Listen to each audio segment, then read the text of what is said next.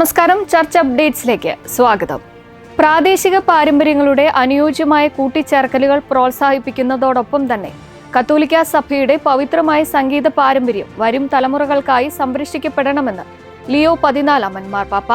ആരാധനക്രമത്തിൽ വിശുദ്ധ സംഗീതത്തിന് വലിയ പ്രാധാന്യമുണ്ടെന്ന് വത്തിക്കാനിലെ സെന്റ് പീറ്റേഴ്സ് ബസിലിക്കയിൽ നടന്ന പ്രതിവാര കൂടിക്കാഴ്ചയിൽ വിശ്വാസികളെ അഭിസംബോധന ചെയ്യവേ മാർപ്പാപ്പ വ്യക്തമാക്കി. സഭയുടെ സംഗീത പാരമ്പര്യത്തിന് വലിയ വിലയുണ്ടെന്നും ഗ്രിഗോറിയൻ സംഗീതത്തിനും പൈപ്പ് ഓർഗനും ആരാധനക്രമത്തിൽ പ്രത്യേക സ്ഥാനമുണ്ടെന്നും പാപ്പ ഓർമ്മിപ്പിച്ചു. ലോകത്തിൽ ഏറ്റവുമധികം സാംസ്കാരിക വൈവിധ്യം നിറഞ്ഞ രാജ്യങ്ങളിലൊന്നായ പാപ്പുവ ന്യൂ ഗിനിയയിലെ ബൊഗെയിൻവില്ലയിൽ കത്തോലിക്ക വിശ്വാസം എത്തിച്ചേർന്നിട്ട് 125 വർഷം. 125ാം വാർഷിക ആഘോഷങ്ങളിൽ പങ്കെടുക്കാൻ ലിയോ പാപ്പയുടെ പ്രത്യേക പ്രതിനിധിയായി സുവിശേഷവൽക്കരണത്തിനായുള്ള വത്തിക്കാൻ ഡിസാസ്ട്രി പ്രോ പ്രിഫെക്ട് കർദിനാൾ ലൂയിസ് അന്റോണിയോ തഗ്ലെ ബൊഗെയിൻവില്ലയിലെത്തി. ബുഗ ദ്വീപിലുള്ള സ്വർഗോരൂപിത മാതാവിന്റെ നാമധേയത്തിലുള്ള കത്തീഡ്രൽ ദേവാലയത്തിൽ വിശുദ്ധ ബലി അർപ്പിച്ചുകൊണ്ട് കർദിനാൾ ഈ ചരിത്ര മുഹൂർത്തം അനുസ്മരിച്ചു. മറ്റെല്ലാ ആശങ്കകൾക്കും ഉപരിയായി ദൈവരാജ്യം തേടാനും നീതി, സ്നേഹം, മനുഷ്യരോടുള്ള ബഹുമാനം, പ്രകൃതി സംരക്ഷണം എന്നിവ ജീവിതത്തിന്റെ ഭാഗമാക്കാനും അദ്ദേഹം വിശ്വാസികളെ ഓർമ്മിപ്പിച്ചു. ഓൾ ഇന്ത്യ കാത്തലിക് യൂണിയന്റെ ദേശീയ അസംബ്ലിയും അവാർഡ് വിതരണവും ഓഗസ്റ്റ് 22-23 തീയതികളിൽ ഡൽഹി ഡോൺ ബോസ്കോ നഗറിൽ നടക്കും. രാജ്യത്തെ വിവിധ സംസ്ഥാനങ്ങളിൽ നിന്നുള്ള ലത്തീൻ, സീറോ മലബാർ, മലങ്കര സഭകളുടെ പ്രതിനിധികൾ സമ്മേളനത്തിൽ പങ്കെടുക്കും.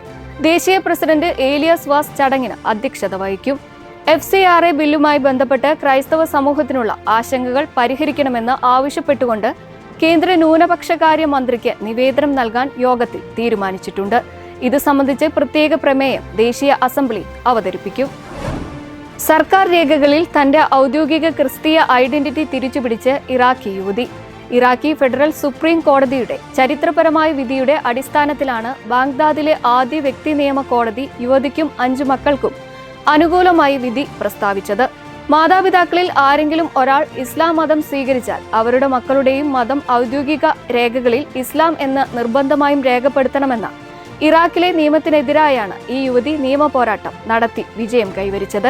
രാജ്യത്തെ മതസ്വാതന്ത്ര്യം, വ്യക്തി സ്വാതന്ത്ര്യം, കുടുംബങ്ങളുടെ മൗലിക അവകാശങ്ങൾ എന്നിവ സംരക്ഷിക്കുന്നതിൽ സുപ്രധാനമായ ഒരു മുന്നേറ്റമായാണ് മനുഷ്യാവകാശ പ്രവർത്തകരും സഭാ നേതാക്കളും ഈ കോടതി വിധിയെ വിലയിരുത്തുന്നത്.